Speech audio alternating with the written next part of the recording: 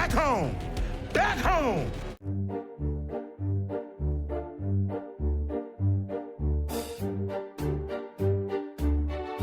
If somebody told me in 2025 we'd have a War of the Worlds movie that takes place mostly through screens, like one of those FaceTime horror movies, and star Ice Cube as the lead, I'd say, Well, yeah. I'm not surprised we got this movie, I'm not surprised that it sucks, but I don't know if I'd say one of the worst movies ever.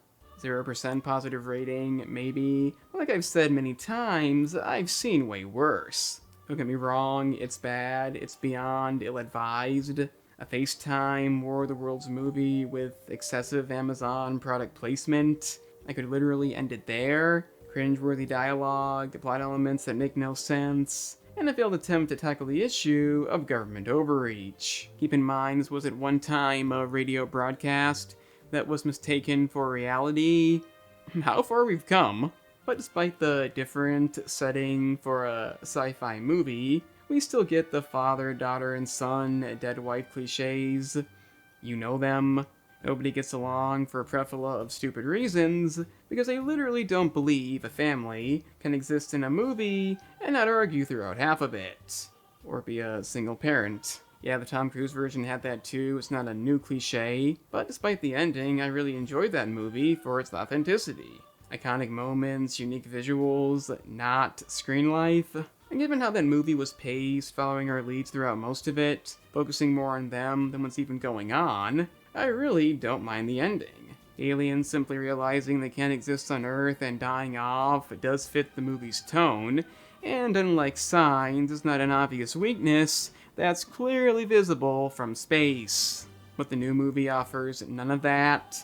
It's the exact opposite of what that version was about, so by the end, you're not exactly gonna care. We really are pushing worst movie of the year. That's probably not gonna happen, but to even say that in a year with Snow White, a Minecraft movie, and The Electric State, you know it must be pretty damn bad. Let's try to explain what the hell happened with War of the FaceTime. Here we go. That intro sums it up. So the first thing we gotta get into is the aforementioned issue of government overreach, which this movie tries to take on. And believe me, try it does.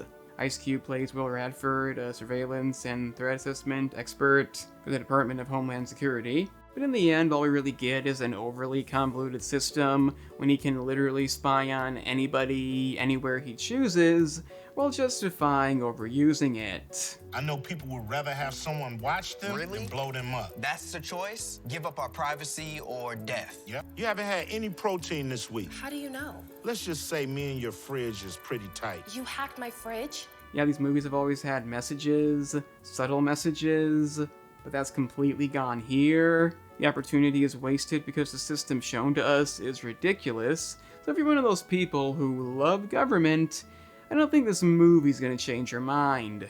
Luckily, the concept of spying on people fits in nicely with the two kids who don't like him that much. And they even throw in a dead wife who gets brought up in, I think, 2 scenes. When this movie tries to be emotional, it just falls flat. You think you have the power to have saved Mom from a disease?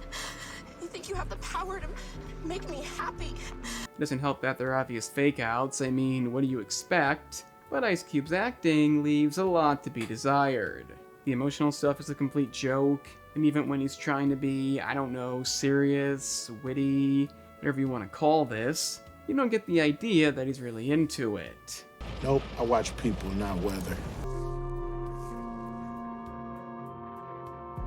It's more like Ice Cube just wanted to be in a War of the Worlds movie, realized it was entirely screen life, and you know the rest. Honestly though, can you really blame him? I mean, he took the part, but it doesn't take long to see how bad of an idea this was. Like any movie, we have large machines attacking humans, but all the fun is sucked out, compared to the Tom Cruise version with the epic build-up, an unforgettable scene, with an amazing sense of realism and authenticity.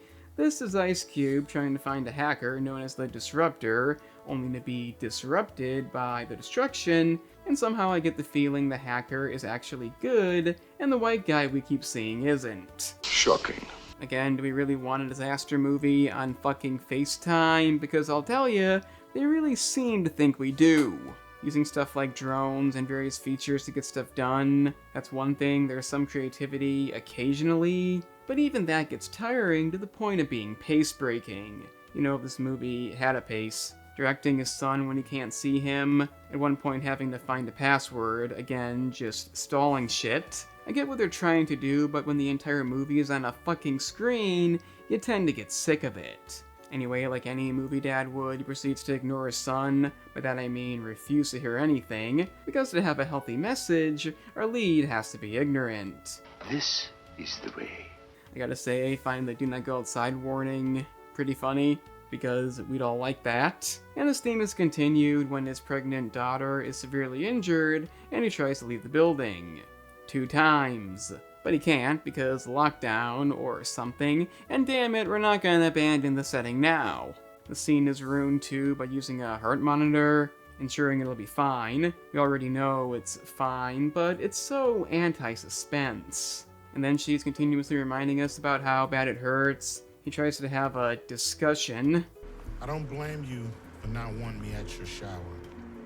I put you and your brother through a lot of pain. It's just weird shit. But don't worry, her product placement boyfriend is here. And the rest goes down off screen, but she's fine.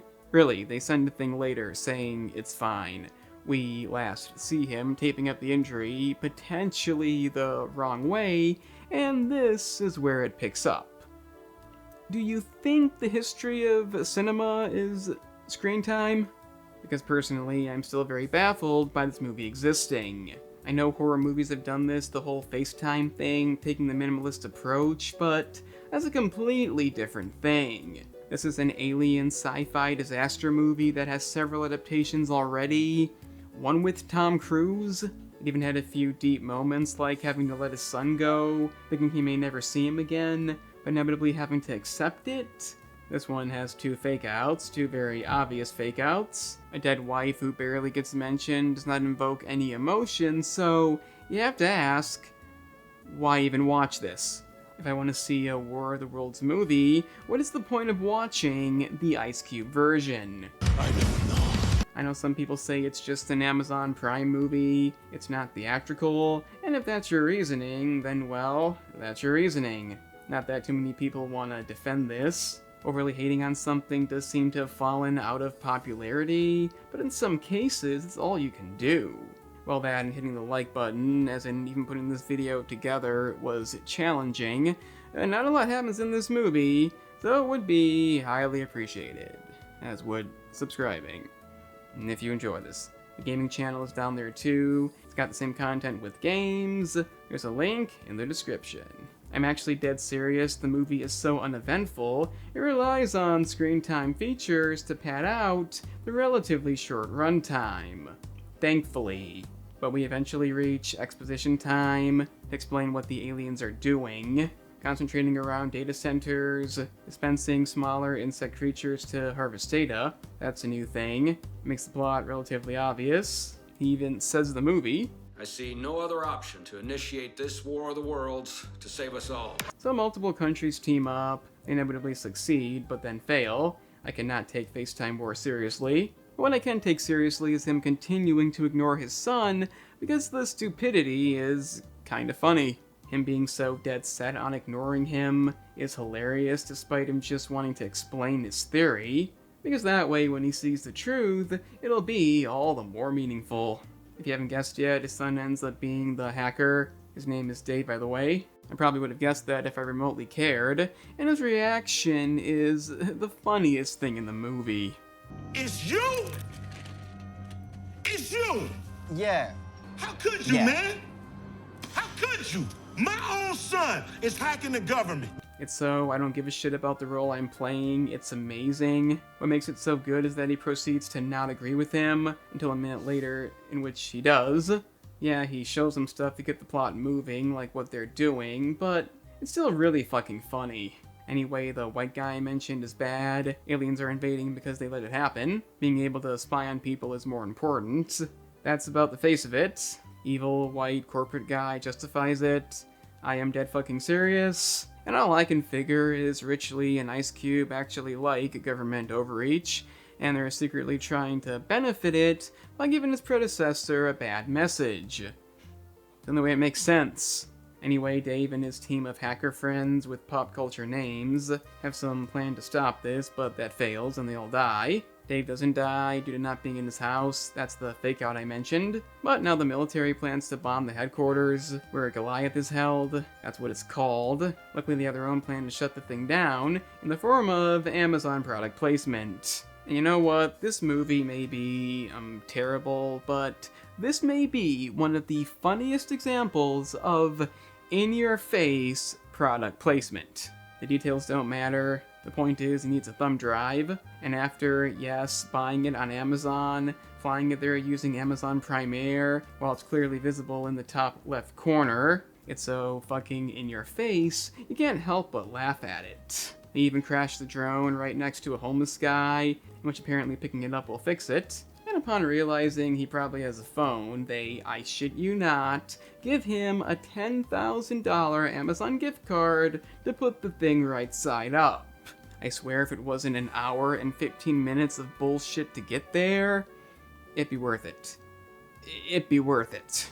Also, he has to finally leave the room, so that's a plus. And to be honest, I don't even think I know what they're doing.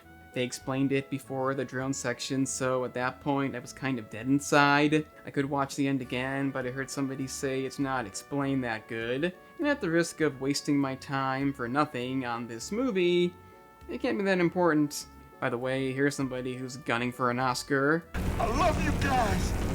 And aside from the gall to give us yet another fake out, what the hell? This may be a 0% Rotten Tomato movie, but a fuck ton of people have seen it. You knew a fuck ton of people would see it. Most of the actors are giving it a good effort, best they can in the situation. But as for Mr. Cube, why are you here? What is the point of phoning in a Screen Life War of the Worlds movie?